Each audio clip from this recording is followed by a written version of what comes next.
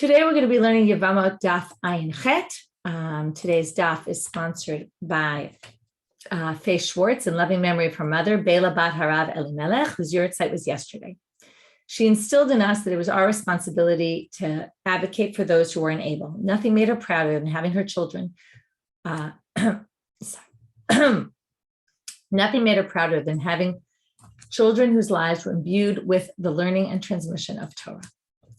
Okay, we're going to get started now with the bottom of, I'll start from 4 lines from the bottom where we ended yesterday. We're continuing with the Ammoni, the Mitzri, all different issues that come up. Right now we're in the middle of the Mitzri, the Edomi, which we said, according to the rabbis and the Tanakhama in the Mishna, are forbidden even female converts. According to Rabbi Shimon, no. It's just like Amoni v'lo Moavi, Mitzli v'lo Mitzli, Edomi v'lo Edomit, and it doesn't apply to the women. And he learned it from a Kal Vachomer, which then he said, well, really, it's a tradition. Okay, now, Tanu Rabbanan. Now we're going to see another way he gets to what he said, besides Kal Vachomer, besides he had a tradition. Here we're going to see it from the verse. Banim v'lo banot, divrei Rabbi Shimon, okay, Tanu Rabbanan, 4 lines from the bottom. So it's Banim, asher yivaldu lahem dor shlishi, remember that means, and we're going to darshan this pasuk a lot, so focus on it. It's Devarim chapter 23, verse 9. Children that are born to you, the 3rd generation, will be able to come into the community. So this is Egyptian converts or Edomite converts. They will eventually, Dor Shlishi can marry with him. As opposed to, we saw the Ger, Amon and Moav, even the 10th generation can't come ad olam, okay, forever. So now they say, so banim v'lo banot, very simply, it says sons, and not daughters. The daughters are obviously, right? The sons can come, George Lishi, the daughters can come immediately. Rabbi Yehuda Omer, what are you talking about? Harei Omer, banim asher yivaldu lahem dor shlishi. Hakatuv t'la'am b'leida. It depended on birth, right? I kind of said yesterday, it depended on birth, meaning, right, like the who gives birth, the females, but I think it's more translated. I looked later. So l'a'am b'leida means at birth, whoever you give birth to, whether it's male or female, right? Birth doesn't just differentiate between male and female. Amar Rabbi Yochanan. So here comes the big lie. He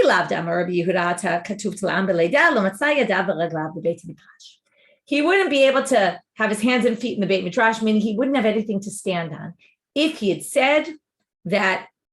hadn't said that it includes females as well. Why? Because Kevanda Amar Mar, which means because he himself said a different statement that would have totally created a big problem. What would it have been if he had agreed with Rabbi Shimon that the women aren't included? Kahal gerim ikre kahal. This is a machloket in Kiddushin, Daf Ayin Gimel, that can converts can marry, right? We know they can marry Yisraelim, regular Jewish people, Levites. They can't marry a Gioret, can't marry a Kohen, but she can marry everyone else. Now, so that means converts can marry within the community, but can they also marry mamzerim and all the people that can't marry within the community? In other words, our converts kind of can go either way, or according to Rabbi Yehuda, kahal gerim ikre kahal. No, they are part of Kahal Yisrael 100%, and only part of Kahal Yisrael, meaning they can't marry anyone who can't marry within the community. So they can't marry a Ger Mitzri, they can't marry a Ger Ammoni, they can't marry a mamzer, okay, Netin, all those people. That's what Rabbi Yehuda himself says. So now let's figure it out. If a Ger Mitzri can marry, right, his 3rd generation convert, right, 3rd generation child. So I'm a male Mitzri convert, let's just say for the sake of argument, I'm a male Mitzri convert. My grandson can already be accepted. But who do I marry? Okay? I can only marry people who aren't part of Kahal Yisrael, because I'm pasul to marry within the Kahal. So I can marry a mamzer, but my children will be mamzerim forever. I can marry a Ger Ammoni, but if I have males, they'll continue to be Ger Ammonis who are forbidden forever. So the only person I could theoretically marry to become, right, if you hold like Rabbi Yehuda, that a Ger Mitzri, a regular convert who's accepted in the community, can't marry anyone who's psul chitun, right? If you hold I can marry any convert, that if the convert can go both ways, then I'm good. I can marry any convert, and that's fine. But according to him, the only person I could marry to get to third generation Egyptian would be a ger Mitzri or Edomi, a gioret, right? A female convert who's a Mitzrian or an Edomi. But if Rabbi Yehuda had held like Rabbi Shimon, that the law doesn't apply to her and she's not forbidden at all, then she'd be part of the kahal and I wouldn't be allowed to marry her. And I could never, when the Torah says my third generation can marry within, I'd never get to a third generation that would be able to marry because there'd be no one I could marry, basically. So that if that pasuk exists, it must exist for a situation that could actually happen. So comes the Gemara and says, what do you mean? So that's what he says. Let's just read it again. Kevan de Amar kahal gerin ikle kahal, because he says this statement that a ger can only marry a Yisrael and not a psul chitun, someone who can't. So mitzri sheni b'mayitar, who can this mitzri sheni marry? Again, I see you're asking about a mamzer. I said he can't marry a mamzer because then his mamzer, he could marry a mamzer, but then his dor shlishi will not be permitted because mamzer keeps going down. So basically, there's no one he could marry that would enable him to have a dor shlishi that would end up being able to come to the community. Of course, he could marry people, but it won't help him. It won't get his third generation all ready to be okay. So Dilma Dei Avar Vanasi. Maybe the Torah, when it said the third generation can come in, that would be in a situation where he did something that was forbidden, like marry the Gioret Mitzrit. He could marry Gioret Mitzrit. It's against the law, according to Rabbi Yehuda, right? Again, this is only if Rabbi Yehuda, like Rabbi Shimon, about the Gioret Mitzrit, and he held like what he said, which is Kahal Geri Mekrei Kahal, the combination of the two would mean that in order for the pasuk to actually be true, he'd have to do some sort of sin by marrying someone who was not permitted to marry. So they say, no, the ilo katav kra. The psukim don't describe situations that are forbidden, right? It doesn't say, well, your third generation can marry in as long as you married someone who was forbidden to you. That would be a little bit strange.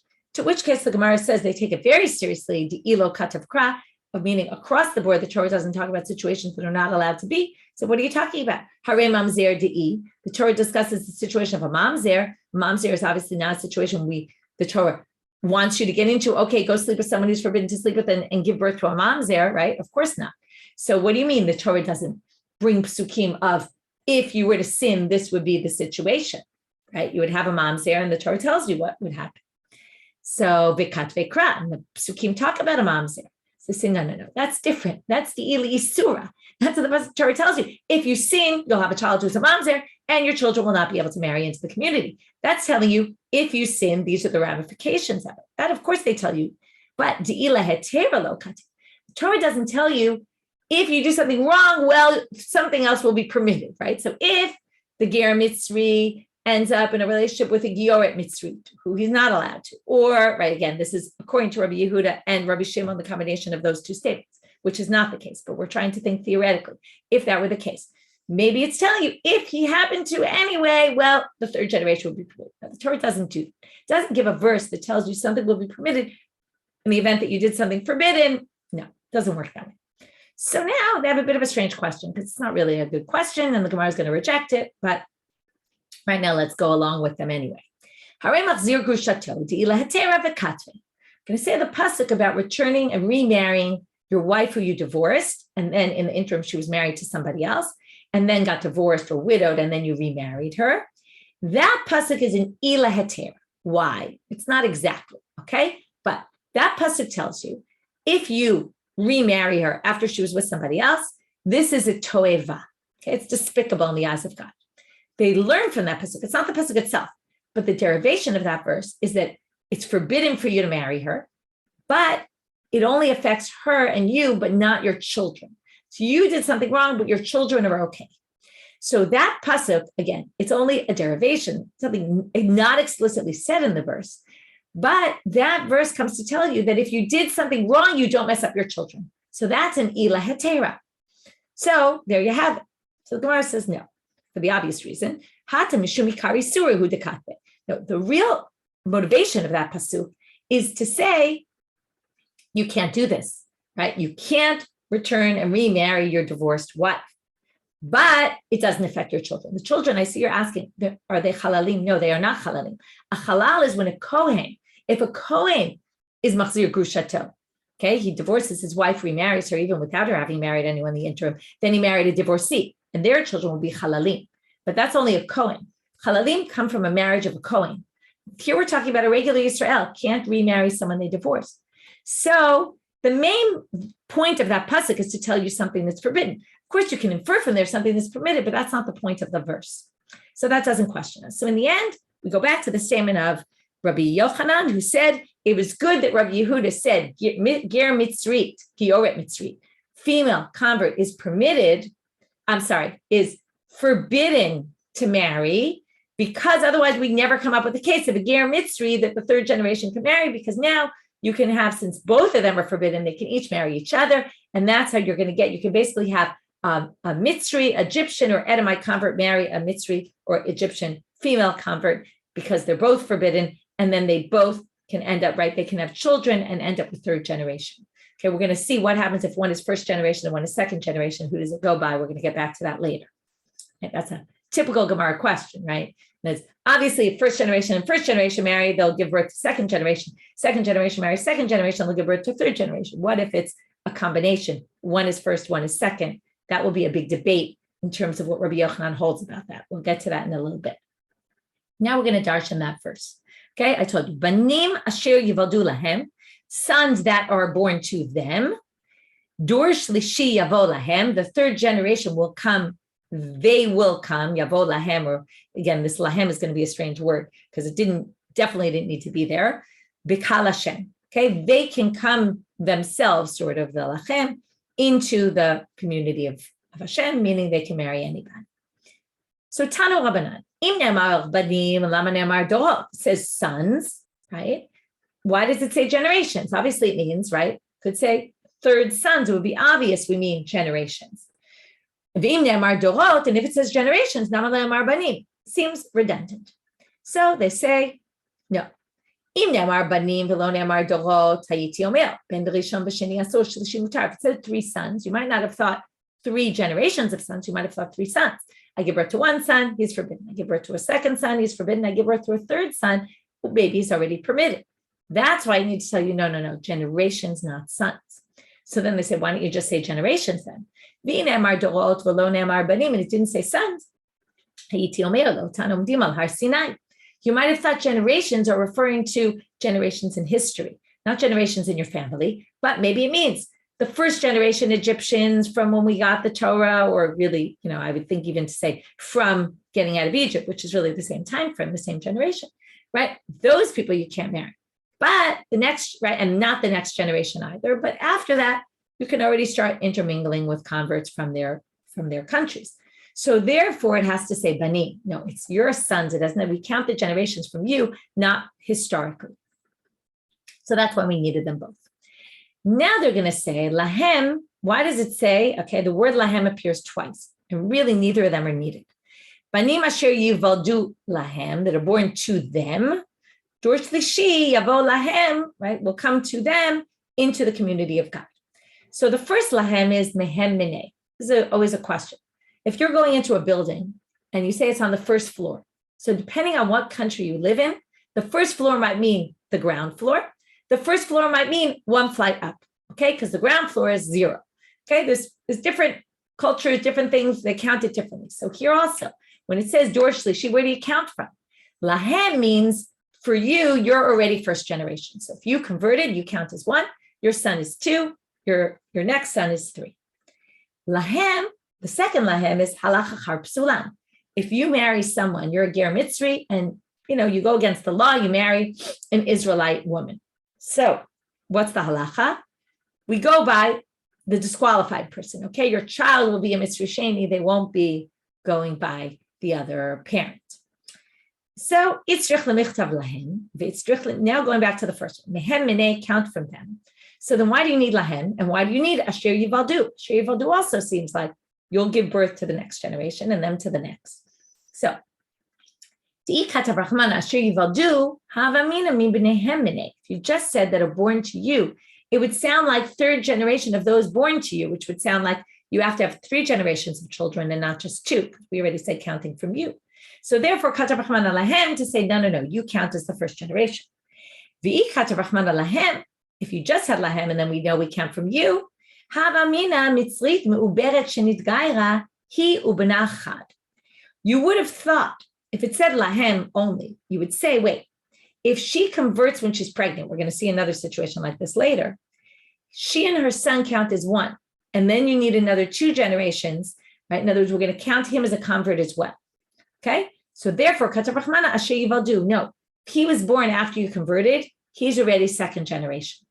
Okay?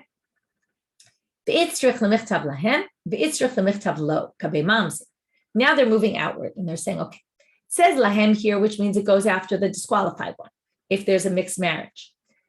But it says the same word, except in singular form, not plural form, by the mamzer. What does it say by the mamzer? Lo yavo mamzer b'kal Hashem. Okay, mamzer can't come within the community of God. Gam dor asiri, even the 10th generation, lo yavo lo b'kal Hashem. Can't come again. Just could have said lo yavo b'kal Hashem. Why does it say lo b'kal Hashem? So it must be saying also, it goes after the pasul, right? If one parent is a mamzer, the child will always be a mamzer. So why do you need it both here and by mamzer? If they just had it here, what would you have said? Maybe here we're going to go by the most disqualified parent because mishum debamiti papsula. What's worse, a mamzer or a ger mitzri or Edomi? So right now we're going to prove the logic going both ways. Each one has something stringent about it that you might have thought you can't learn the other. So by a ger mitzri, it's worse because your parents were Mitzrim or Edomim, which basically we want to avoid. But if you're a mamzer, you came from Jewish parents. So theoretically, you're closer to the community than people who came from the outside. But mamzer, so then you might write, you might have thought, sorry, I'm not sure I read this, aval mamzer, you might have thought a mamzer comes from good blood. And therefore you would have thought maybe it wouldn't go if a mamzer marries a Jew, a regular Jewish woman, maybe it would be okay. Their child wouldn't be a mamzer. Therefore, you need to teach you, no, lo, it goes by him, meaning it stays forever. Right, which could be him or her, by the way.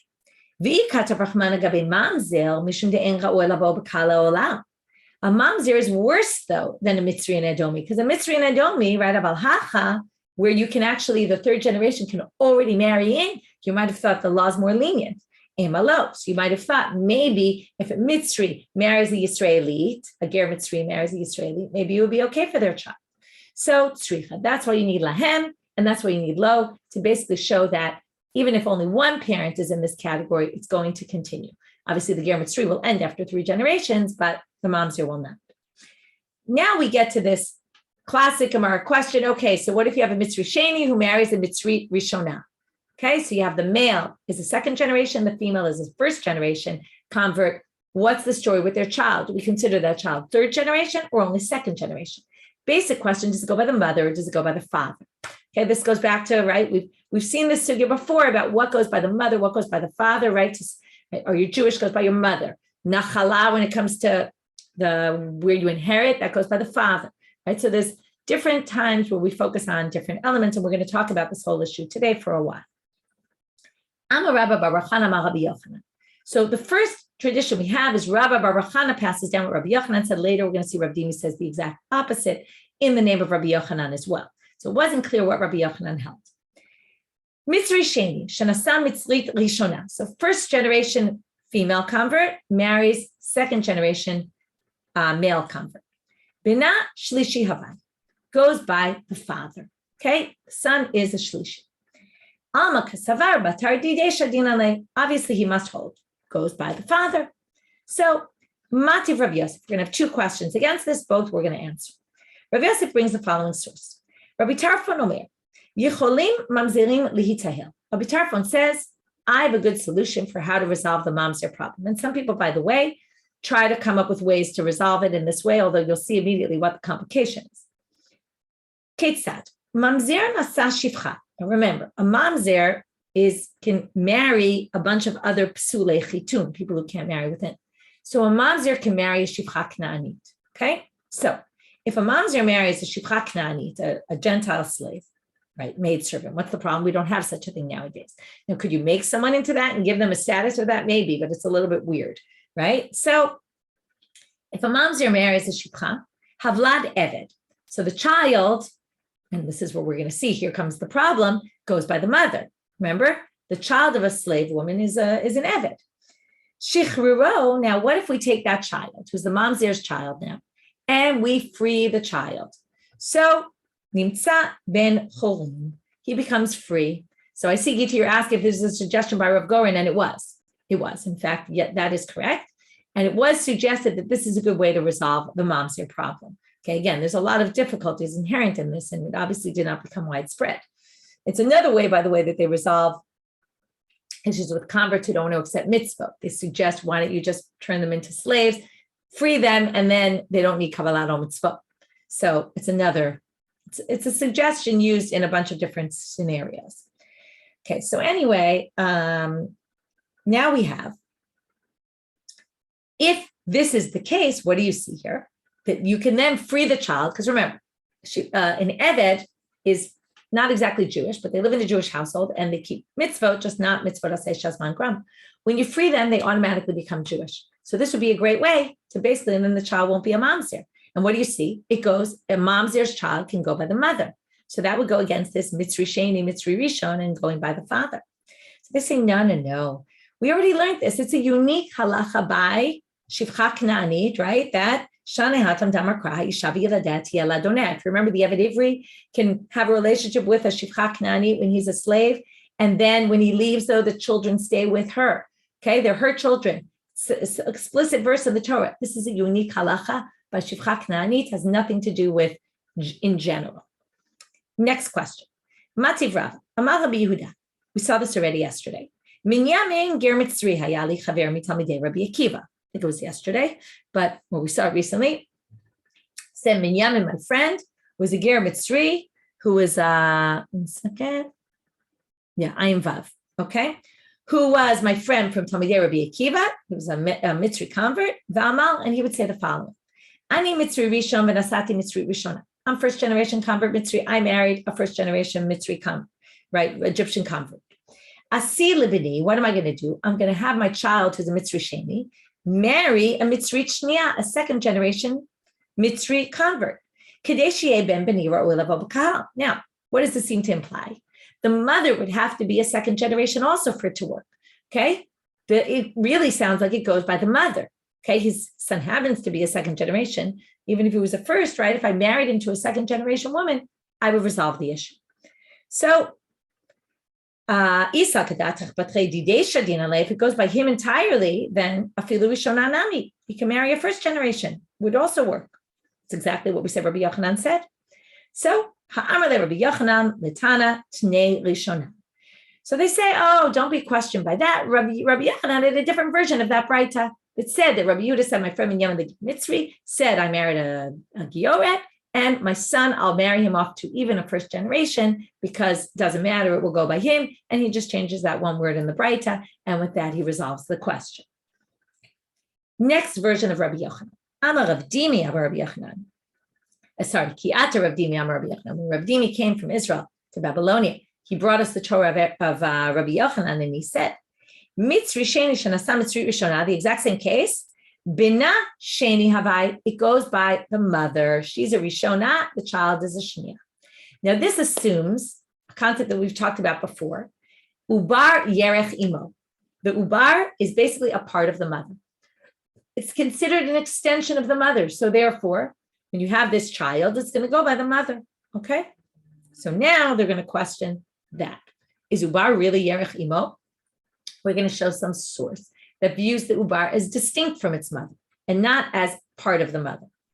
So, right, an ubar is a fetus. So now we say the following. Alma batar imesha dinale. So first they just say it must be, it goes by the mother. And again, that assumes, the Gemara doesn't say this, but it's going to be clear from the continuation, ubar yerech imo. Right? That an ubar is just an extension of its mother's body, and therefore it's going to follow the mother. Amar le Abaye. Abaye is going to ask a question. He's going to stump Rav Dimi, and then Abaye himself is going to answer. Okay.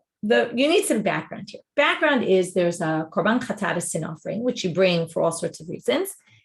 I'll give you some basic examples. If you bring a chatat and then you bring two, let's say you're worried something might happen to the animal. You're the warrior type. You say, I'm going to designate 2 animals for the sin offering in case something happens to one of them. So in the end, what do? You can choose one of them, and the other one is already sanctified, so you can't use it, and you can't use it for any other sacrifice because you already designated it for the sin offering. So what you do is you leave it to graze. It gets a blemish eventually. When it gets a blemish, you can sell it, take the money, and buy money for sacrifice with it. Okay. But there are 5 exceptions to the rule. There's 5 cases where you have to leave that animal to die. Okay. So I'm not going to go through all the cases right now, but let's say, for example, I was atoned with a different animal, and then that animal was my original one. I'm stuck, and that one has to be left to die. Okay. So there's a bunch of cases where we basically leave the animal to die. One of them is called the Vlad Chatat, which basically means if I designate an animal and then the animal becomes pregnant, their offspring has to be left to die because it was already sanctified. Okay. So that's the background you need for right now. So Amar Abaye, Elahada Amar Rabbi Yochanan. But wait, if you say Rabbi Yochanan holds that basically Ubar Yerech Imo, and it follows, the convert follows the mother's status, I'm going to have an issue. Rabbi Yochanan himself said, Hifrish Chatat Me'ubedet. Let's say I designated the animal while the animal was already pregnant. So when I did it, I knew the animal was pregnant.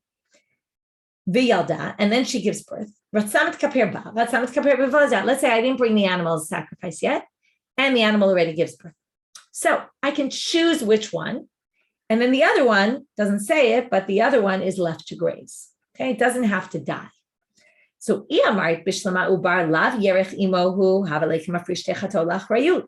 it's like if you say the ubar is considered separate from its mother. So when I took this animal and I designated it while it was pregnant, it was as if I was saying, I'm giving myself 2 potentials, and then I'll choose one, and the other one will be left to graze. And that's why that's the halacha. But, right? So therefore, and it's like mafrish techata ola achrayut. Achrayut is right, just to make sure I'm covered. Va'amar Rav Hoshaya, and Rav Hoshaya says, "Hifrish techata ola achrayut mitkaper be'echad me'am v'shniya tir'eh." That's exactly the halacha that I told you already. If you take 2 for achrayut, just in case something happens, one you use, the other is left to graze. But if you view the ubar as part and parcel of the mother's body, then, right, it literally means he's the calf of the thigh of the mother. Vlad chatat. This is no different from the case I described before of an animal you designated, and then she became pregnant, and then you have this offspring, right? You didn't sacrifice the animal in the end until she gives birth. The offspring of that animal is also, right, has to be left to die. Vlad chatat lemitaz. So if you view the ubar as kiyarechimo, even though I knew there was an ubar, when I sanctified it, it was basically just part of the mother's body, then it would have to be left to die. And that's not what Rabbi Yochanan says. So it must be, he holds, that the ubar is not yerech imo. And that goes against what he says here, that it all follows the mother, which presumes ubar yerech imo. Ishtik, so he was silent, didn't know what to answer, Rav Dimi. Amar le Abaye then answers, Til mishane hatem dichtiv asher yivadu, hakatuv tla'o v'leida. Abaye says, you know what? Maybe it was an unfair comparison. I compared it to a chatat case. But here there's something unique in the verse. It says, Banim asher yivaldu, which means it's dependent on birth, which means what? It goes by the mother. Okay, here the birth means the mother, kind of like I said yesterday, even though yesterday I think it really meant something else. Yesterday it meant whoever's born, whether male or female. Here it has to do with the birth, which means it's connected to the mother, which means it goes by the birth. So the reaction Rav Dimi has to this is to compliment Abaye, because Abaye basically saved him from humiliation. And he says to Abaye, Karkafna, right, you brilliant skull, Chazite l'reishe bene amude ki amar Rabbi Yochanan lahashmata. I saw your head between the pillars when Rabbi Yochanan said this in the Beit Midrash.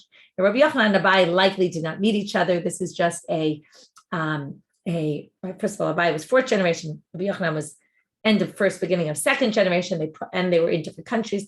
They unlikely had anything to do with each other. You never see them in sugya together. Some people say that Tosfot says that it's your teacher, because Rabba and Rabbi Yochanan you see sometimes. And maybe it's saying, you obviously learned this from your teacher who was with Rabbi Yochanan, but I think the simple reading is, it's as if I can imagine you as if you must have sat in his shiur and therefore you properly understood what he said. Okay, Tama dechtiv asher yivaldu. Now we're going to have a question on this answer of Abaye. this seems to presume, because it says Asher Yivaldu, it goes by the mother, which would then assume that what? Haba Alma, but in other situations where it doesn't say Asher Yivaldu, okay, not Ger Mitzri or Edomite, anything else, but because he's saying this is a unique halacha here. Otherwise, Ubar Yerachimo, like we saw in the case of the Vlad. I'm sorry, Ubar is not Yerachimo, like we saw in the case of the Vlad. And in other cases, we don't view it as Ubar Yerachimo. Well, we go back to that woman who converts while she's pregnant. So Elahada Amarava, Nochrit Uberet Shenitgaira, Bina Ein Sarich Tefillah. If a woman converts when she's pregnant, she goes in the mikveh. When the child is born, the child doesn't need to convert. So now, Amai Ein Sarich Tefillah, right? Why wouldn't he need to go in the mikveh? If you say Ubar Yerech Imo, which is not what Rabbi Yochanan says, we just said, right? He only says it by the Mitzri case, not anywhere else. Well, then it's not considered part of the mother's body. So it would need his own separate or her own separate tefillah. And why do they not? So basically, you say very simply, or maybe not so simply, but they're going to suggest maybe because of Rabbi Yitzchak, Rabbi Yitzchak, Dvar Torah, Rubo umakpid alav chotzetz. Rubo she'eno makpid alav eno chotzetz. They start to say something fascinating. When the baby's in the mother's womb and goes in the mikveh, basically, what will we say? Well, theoretically, the baby went in the mikveh also. What's the problem? You can't have anything separating between you and the mikveh waters. Now, obviously, the baby's inside the uterus. Major chatzitza, right? Blocking the baby from getting to the water. So, but, right, you might say, Rabbi Yitzchak says, what is considered a chatzitza by Torah law?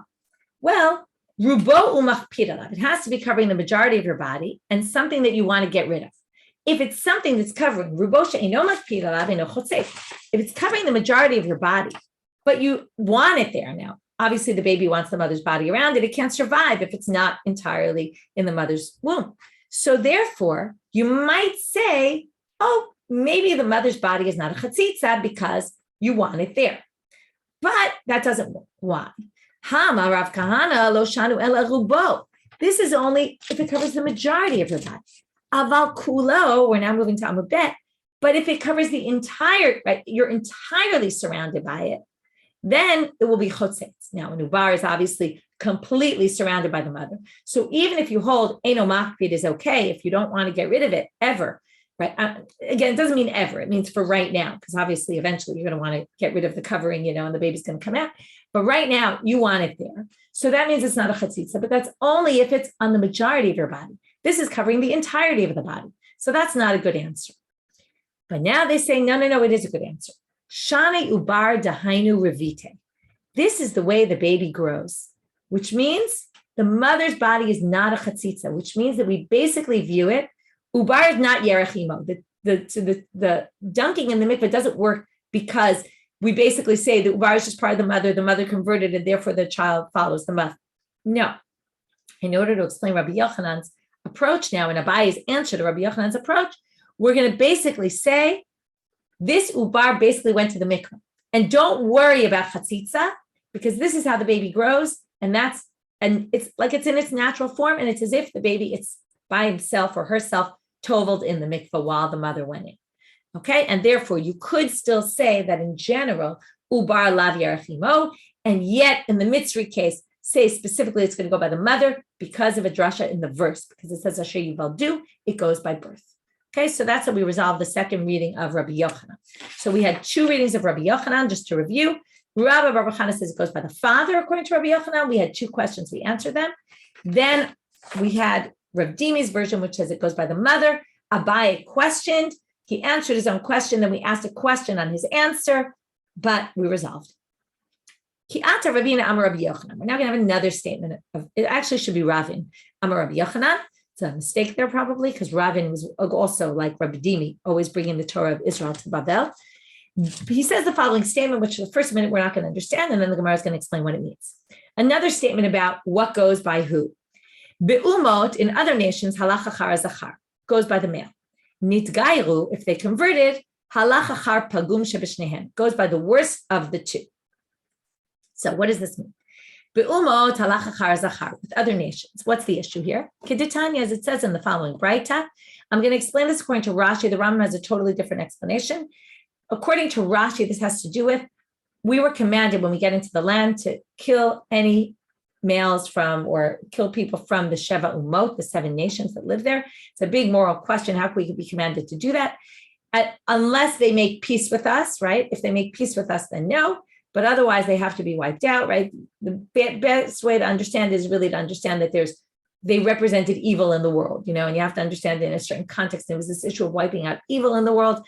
And again, it's very hard to understand. It's one of those big questions in the Torah that are hard to fathom. But, right, certainly with our perspective now, in any case, we're commanded to kill them, wipe them out. Again, this is Rashi's interpretation, not the Rambam.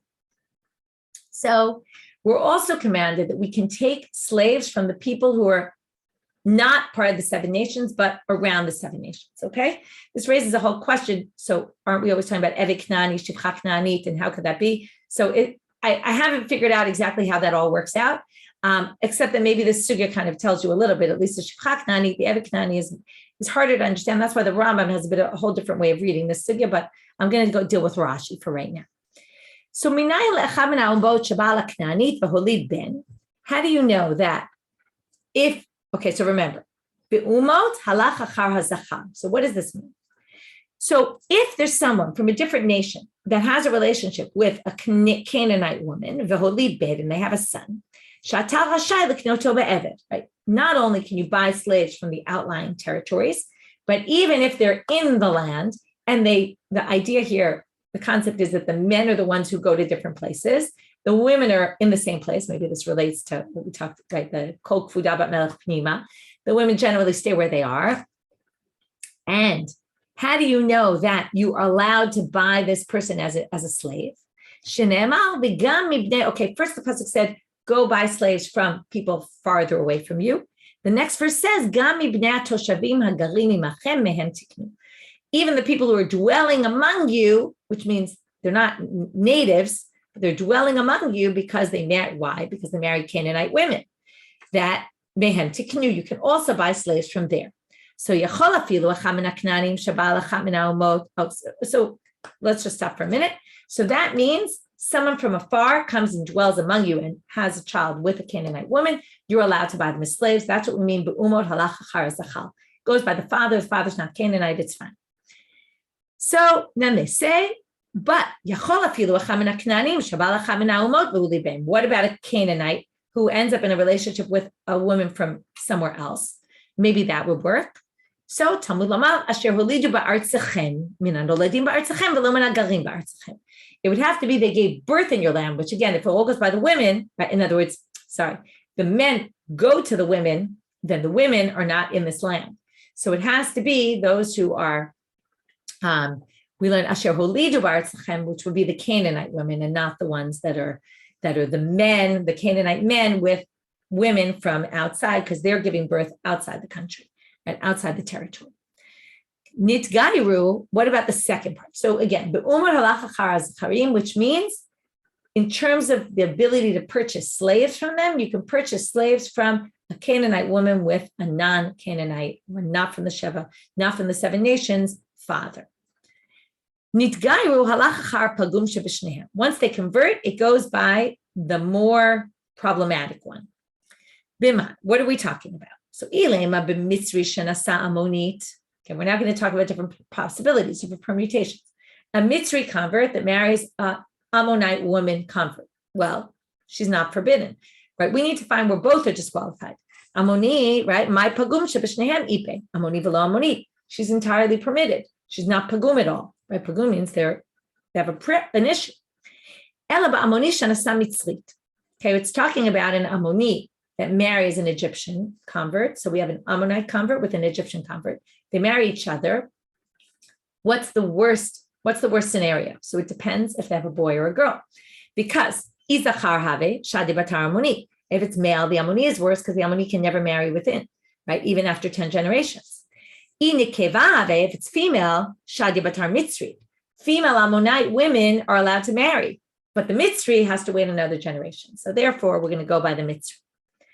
New Mishna. Mamazerim and Netinim asurim v'isuran isur olam v'chad zcharim v'chad nekeva.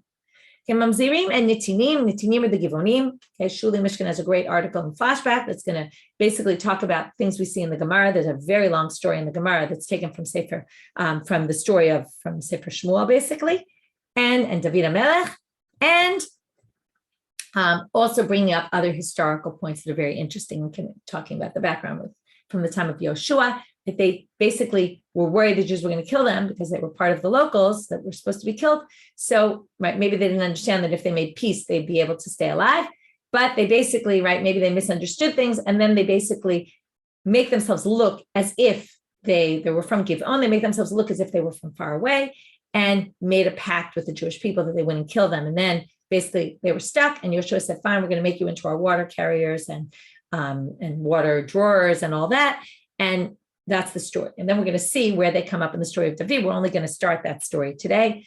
But in any case, they don't appear in the Torah. The mamzerim appear in the Torah, and they say, and this is a verse we're going to have to figure out. If you remember, Amon and Moav, it said, Gam dor siri lo yavo lem v'kal Hashem, even the 10th generation can come, ad olam, forever.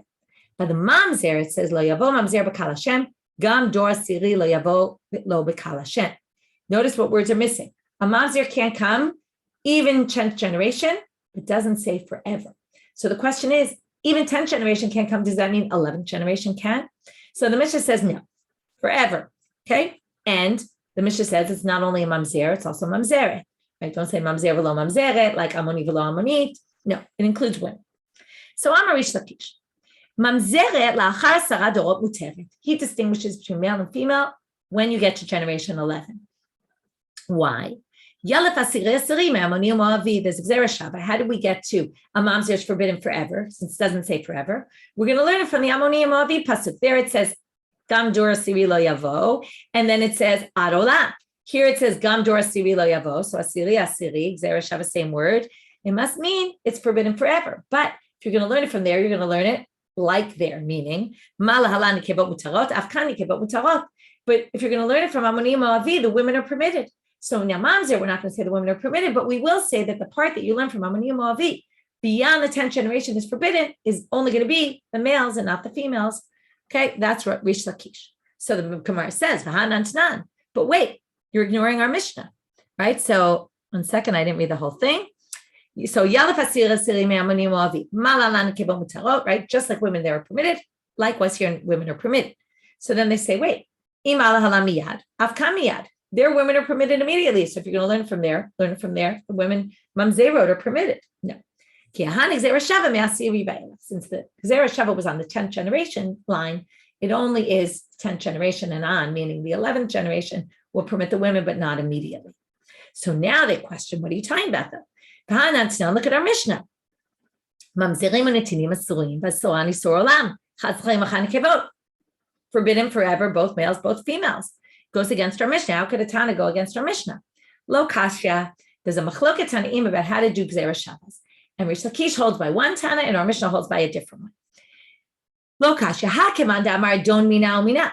Reish Lakish learned it out, the gezeira shava, from there and entirely from there. So 10th generation, forbidden ad olam, and it's only men there, so it's only men here. But our Mishnah goes, when you learn a gezeira shava, you learn it out from there, the concept, the principle, that after 10, it'll be forbidden forever too. But you learn it by its own criteria. Mamzer has different criteria from Amon and Moav. Mamzer is forbidden for men and women. So you're going to, whatever you're going to learn from gezeira shava is going to have the unique characteristics of mamzer and not the characteristics of the one you're learning it from. So that's a difference in approach. This comes up in a number of places. Shalu et Rabbi Eliezer, mamzer la'achar asara darei mahu. So now they ask Rabbi Eliezer this exact question that Reish Lakish says it's okay, the Mishna says not. What do you hold by? Amar lahen, he answers them a very interesting answer. Mi tenli dor shlishi v'atarenu. I wish I had a 3rd generation even. Forget about 10th generation to purify mamzerim. There is no such thing. Mamzerim die out. They're basically, according to him, they seem to be killed out by the hands of God. Alma kasavra, he must told, mamzer lo chaya. Mamzerim don't survive. V'chein amar Rav Huna, he said the same thing, mamzer lo chaya.